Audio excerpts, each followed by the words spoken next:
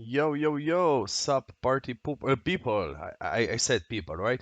Today you have been clickbaited. Eminem didn't relapse. I mean, did anybody fall for this? I hope not. If you did, then I'm smarter than I think, but I don't think any of you fell for that because I'm not that smart. So, what we're gonna be talking about instead is his album because story time.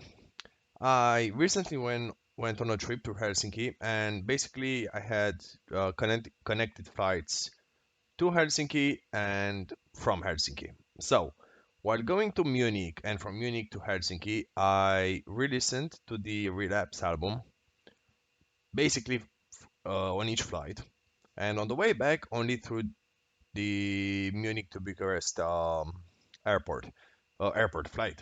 What the fuck? Anyways, let's go back. So Relapse is one of the first Eminem albums that I actually bought. And throughout my college days, it was my to-go album from Eminem. Before I bought more and more of his albums, and I still find myself going to Relapse sometimes. I feel like so this might be an unpopular opinion, but I think it's one of his best and most personal albums. Even though, even though it's Eminem, it's an album full of shock value, full of shocking lyrics that are meant to just stir something inside of you.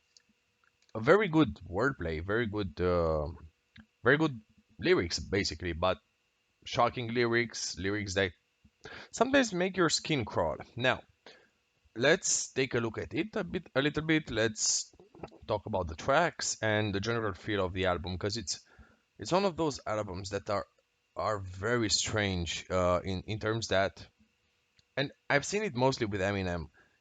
S- His songs may not seem connected and have very different themes and general feeling to them, but at the end of the day, everything from that album makes a lot of sense. Every song in there actually deserves to be there and makes the whole experience so much better. These I don't know what's with this. I don't think it's from Relapse. It's from the Relapse 2, right? Forever was on Relapse. Hell Breaks Loose. What? This is how you can see. Were there? No, no, they weren't on Relapse. It was Relapse Refill. Yes, yes. It was basically the expansion pack to Relapse. I don't have that. I out of these, I think I only listen to Forever sometimes. Maybe my darling is in the deluxe edition, so I don't know what these guys are on. But my darling and Careful What We Wish For are actually from the original album as add-ons on the deluxe edition. Now let's go through them for a little while. So you have the skits. You have an opening skit that basically starts with Eminem going to a doctor, a psychiatrist, I believe, or someone who is an expert on addictions. Then you have the Tonya skit with, I mean, no, let's skip this. Then you start after the Dr. West skit, which is basically his face to face against Slim Shady, whom he thought he had killed previously. We go straight into 3 a.m. 3 a.m. is my least favorite song all time from Eminem. It's I don't see the appeal of it. Maybe the chorus is interesting, but everything else is just too much shock value for me, and I don't think it's that good of a song. Unpopular opinion, but it's my most hated song from Eminem, so make of that what you will. Then we go into My Mom and Insane. So the thing about these songs is they tell a very fictionalized and hyperbolic version of his childhood regarding his mom's drug addiction and his stepfather abusing him. Now they are shocking, especially Insane. Insane is basically about his stepdad raping him repeatedly and just beating the shit out of him, but mostly raping him. I think these are personal songs. They don't appear to be so. They appear to be like, I don't know, shock value, funny songs, but in truth, they hold a very important piece of information about his childhood, his hyperbolization of it, and everything about it. It just makes, when you think about them, it makes you kind of sad. Then we go with Bagpipes from Baghdad, which I believe was the first song from the album where he made kind of took shots at Mariah. Again, one of my personal favorites. I think that was it, right? It's Bagpipes from Baghdad when he makes fun of Mariah's alcohol alcoholism. That wasn't that hard, was it, Steph? Personal favorite of the album. It's very good. I mean, one of the personal favorites. Not the best song, but I know something about the beat. The beat is very oriental in style and very reminiscent of like Turkish Arab sounds mostly. It's very good. It's very good. Or rather Persian tunes, not really Arab. Persian tunes. Sorry, Persian fans or fans. I don't have fans. What the fuck am I on? Sorry, Persian fans of Eminem. Yeah, he has fans. I'm a fucking nobody. Then you go into Hello, Tony Askit, same song and dance. Those now, how can I put it so you can understand what I talk about? Same song and dance, as a feeling, is what the most disturbing song I've ever heard from Eminem. The it's basically so both Hello and Same Song and Dance deal with his fictionalized serial killer persona, kind of like Ted Bundy, but even more gruesome than Ted Bundy in certain ways. And while Hello is hello, hello, let me introduce myself. My name is Shady. Now, so nice to meet you. So nice to meet you. Sorry for that. You heard my poor singing voice. I'm sorry about that. Um, it just basically relates how he kills, or rather, says how he kills like prominent women in the industry, except for Tonya. No, yeah, I think that was on. Never mind. Um, the thing about Hello is that it's very okay-ish to hear it. Disturbing, yes, but you can actually listen to it and just sing along. Same song and dance, however, is his interpretation of the song is so cold, so calculated, so methodical. You actually get the impression that you're actually listening to a serial killer. It's super. I cannot recommend it enough. For the say for the say, I'm not a serial killer and I don't condone that shit. But then you hear it and you're. It's one of those songs when you're literally transported into his darkest thoughts and get a peek at his psyche a little bit. It's, I think, from a feeling perspective and the way that it transposes you and it puts you in some other shoes, it's the best song of the album, period. It's the one that you actually immerse yourself in the song in so many fucking ways. Then you've got We Made You, one of the most popular songs of Eminem, I believe. It actually, the video of We Made You features I, I don't know if it's actually Lisa Ann, but I think it's Lisa Ann.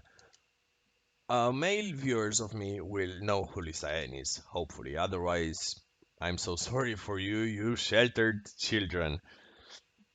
It's a funny story. It's also making fun of Amy and a lot of other things. It makes fun of Lindsay Lohan, Ellen DeGeneres, and I don't know. It's a good song. It's a good song. I actually enjoy it. It's very funny, very well thought. The lyrics are very good, and it features Lisa Ann. So what can I say? I'm a simple man. Medicine Ball is one of the strange ones. I absolutely adore the chorus. I think the first two, how do you call them in English, man? Verses are good. I think it's a verse, right? Like between choruses. But the third one is where he actually tries to mimic Christopher Reeves rapping.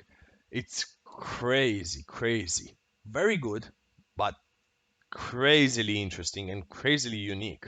I just love it.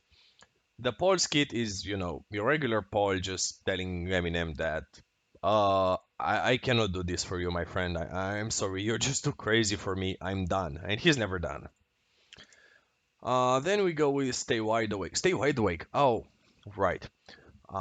Stay Wide Awake is one of those songs that dives very deeply into his fears, darkness inside of him, and he kind of explores that feeling. And it's again a very dark song, similar to Same Song and Dance, but nowhere near as disturbing. It's it offers more shock value than Stay Wide Awake, but at the same time, it's I don't know, it's dark. It's one of the darker, and I think it is actually the darkest song on the album, on par with Underground. But Underground is more shock value. It's not dark. It's shock value. Stay Wide Awake is really dark, and the way he phrases everything and spells it out and enunciates everything, it's super crazily dark. Must Be the Ganja is more of a fun song. It's a funny shock value song. It's interesting. I like it. Don't love it. It follows the same pattern as Bagpipes from Baghdad, where I feel like the sound is more oriental rather than your regular beats. Mr. Mathers is basically the intro to Deja Vu. And now we have Deja Vu and Beautiful, who are both very personal songs relating to his depression, substance abuse. They are, by all accounts, the best songs in the album by far, I believe. Deja Vu. So I love Beautiful, but only the first part of it. I mean, no, the second verse of it. But Deja Vu, I love it as a whole. It's so fucking personal, and I love Eminem's personal songs. They are, I think, one of the best in the industry. Like, lyric wise, feeling wise. Because the thing is, Eminem doesn't only have smart lyrics. He also has the ability to make you feel what he's feeling, if that makes any sense. But you probably get what I'm saying. So these are serious songs. These are very serious songs, delving a lot more into his depression and his state of mind as of this album. And oh my God, they are superb. They're amazing. Then Crack a Bottle, which is then again just a fun song. Not much to say about it. I don't like neither All Time Sake or Crack a Bottle. I actually love All Time Sake, so I actually like All Time Sake. I don't like Crack a Bottle. I feel like Eminem and 50 don't have that much chemistry, but Eminem and Dre have so much chemistry on tracks. It's insane. You can see them spitting back and forth, and it's just I don't like it when they have their own verse. I actually love when they spit back and forth and complete each other on the same verses. It's crazily good. It's some Cole and Kendrick shit, but the OG Cole and Kendrick. Though Kendrick, maybe Kendrick actually wrote Dre's lyrics on this one. I'm not sure. Then we have the Steve Berman skit, which follows up from the previous album, where Eminem does something to Steve Berman, and he's like, "You came back, I'm gonna kill you," or something like that. I cannot go into spoilers in case you haven't heard it. Then you have Underground. Underground features an orchestra song to it, an orchestra sound to it. It's a very good song. It's one of the best, I think, lyrically, and I mean, it has an orchestra for fuck's sake. I love orchestras in songs. I love symphonic metal. I love rap music that features symphonic sounds to it. We actually have a band in Romania that kind of did that as an experiment, and it sounds so crazily good. They actually rapped over not over beats, but rather over live performances by opera singers, professional opera singers, like violins, pianos, and all that crap. And it was crazily good. I love that. I love that. And this is something akin to that. A very good sound. He raps very good. His skills are amazing on this one. The lyrics are good, shock value lyrics, not much substance to it. And then we go to My Darling and Careful What You Wish For, which were on the deluxe version. My Darling and Careful What You Wish For, again, very personal songs, especially Careful What You Wish For.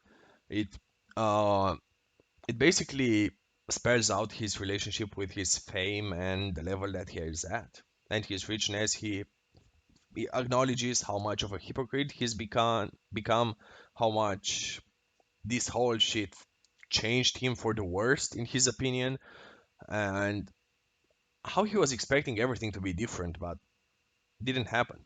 Now, My Darling is a song that's about his relationship with his alter ego, Slim Shady. One of the best songs on the album by far. It's a very good song. It's crazily good. Oh, and you can see my subscriptions on the left hand side because why not? Uh, yeah, these are my subscriptions. These are, let me just expand that a little bit. These are the only channels that I actually follow. Each of them are each of them is crazily amazing. I mean, we have Total War and World of Warcraft, but everything else is crazily good. David is a very good football manager YouTuber, so is Work the Space. As Work the Space is very popular, David is just very good. Charlie, you probably seen my videos. You know I'm a fan of Charlie's. Quadrin Prada is a Romanian YouTuber. I think the best Romanian YouTuber by far. Alexander makes a lot of anime content, and he's just a super smart person. Altogether, Epic Rap Battles of History I revisit every year. Just go to the whole playlist. Historia Civilis, very good historical videos, mostly antiquity, but some modern stuff as of late. And again, every video is very well made, very well thought, very high quality shit. Total War, I mean, the game that I love. Alexander's Scattered Thoughts is Alexander's secondary channel. Suekage is or was, I don't think he does anything any longer. I am not sure. Naruto, mostly Naruto and some Hunter x Hunter, if I believe correctly, if I remember correctly, stuff. Now, My Darling is about Eminem's relationship with Slim Shady and how they kind of rap back and forth. I mean, it's a very good song. You need to listen to it to understand what it's about. It's one of the best songs of the album.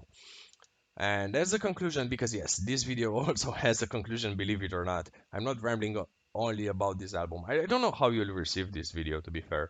I feel like I've rambled unnecessarily long, but at the end of the day, experiment new things and talk about shit. I've been meaning to talk about this for a week now, and I just didn't have the chance. I had a lot of shit on my backlog yet.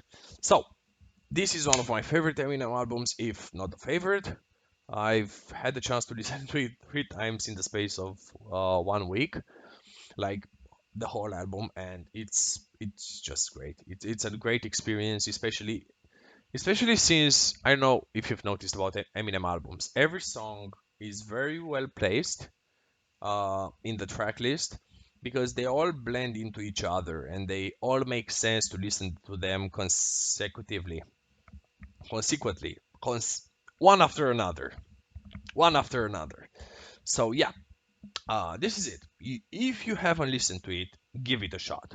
I'm gonna tell you, the best songs on the album are not the ones that are most popular, or rather, the unpopular one are the ones to actually stir something inside of you. At least for me. Maybe I'm a- I'm an undercover sociopath. Who knows? But it's honestly one of the best albums I've ever seen. So yep, that's about it. See you soon, I guess. Hopefully. I'll try to record another one in half an hour or something. Don't forget to like and subscribe if you enjoy my content. See ya!